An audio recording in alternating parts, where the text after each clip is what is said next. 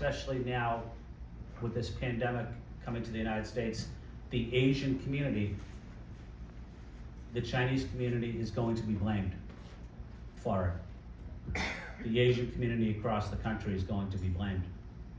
And I was thinking to myself, how would they know that? And it was based on their experience in life. And as a leader, I had to trust the young women that work for me. One of them is here, is Melissa, that does an exceptional job. So we held this hearing. We held this town hall meeting at the Josiah Quincy School. Many of you know the Josiah Quincy School in Boston. It's actually a school predominantly for many Asian students.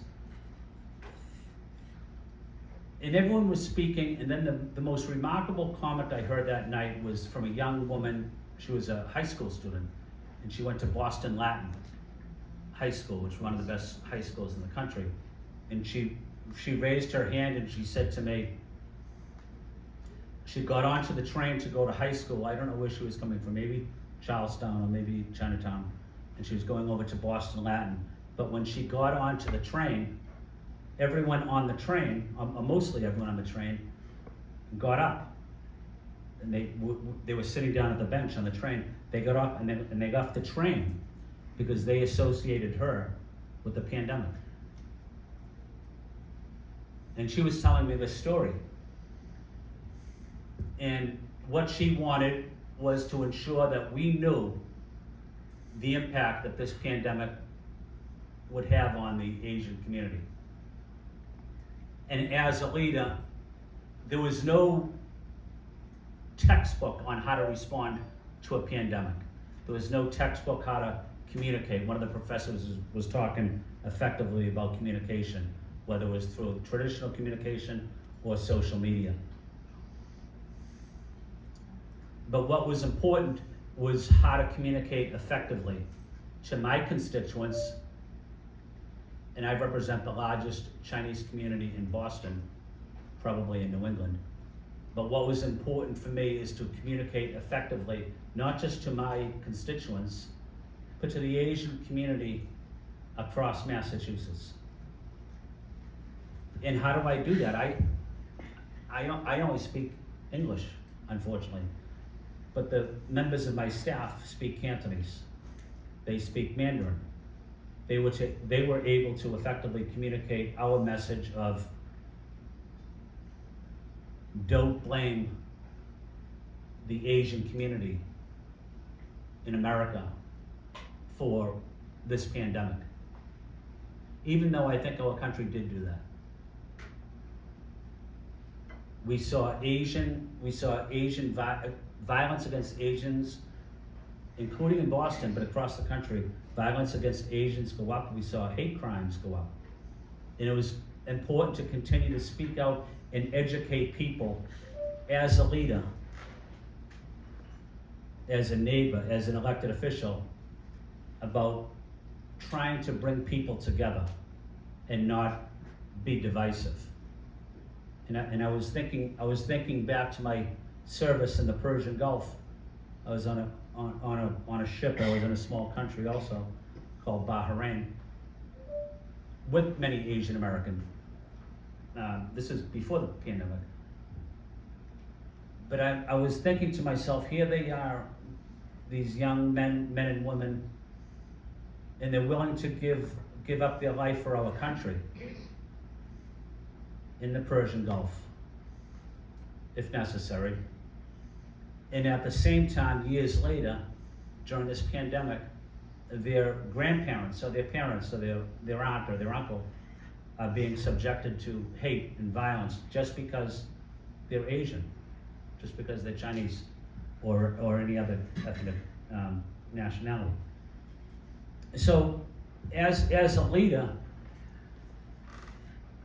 many decisions you make are controversial, especially the higher up you go, whether it's in government or it's in academia, because a lot of the decisions that are easy are already made before they even reach you. And as a leader, I don't get to pick and choose, in my opinion, what issues I want to work on. I work on the issues that are in front of me, that are having a significant impact on our city, on our country. So it's not always important to be popular when you're making a decision as leader, but it's more important to listen to experts, to study the issue, to see how a decision you're about to make will impact the community. Does the community have the necessary resources to respond to a pandemic, to a cut in services, to a downturn in the economy?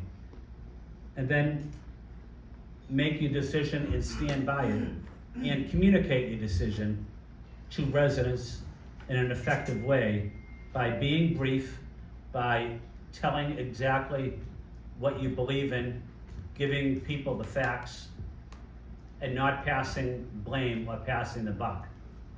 And that's what I've tried to do as a leader in Boston. Oftentimes making mistakes, learning from mistakes. But that's what a leader does. It continues to get back in the game after a mistake, learn from mistake, and try to provide hope, provide guidance to your constituents, to your colleagues in work. And I think that's what I've tried to do as president of the Boston City Council. And I would be interested, if anyone does want to comment later about any of my comments, they can reach me on social media, edforboston.com,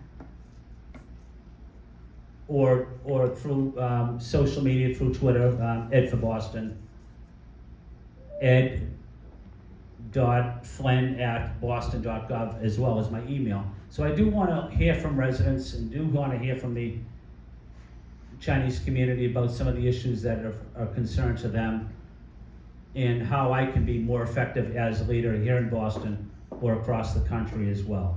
So I will stop there, and I just want to say thank you to this wonderful Institute of Learning for giving me the opportunity to be here to highlight some issues about effective leadership, effective communication, accountability, responsibility. I hope these comments today, this afternoon, were helpful. Thank you very much.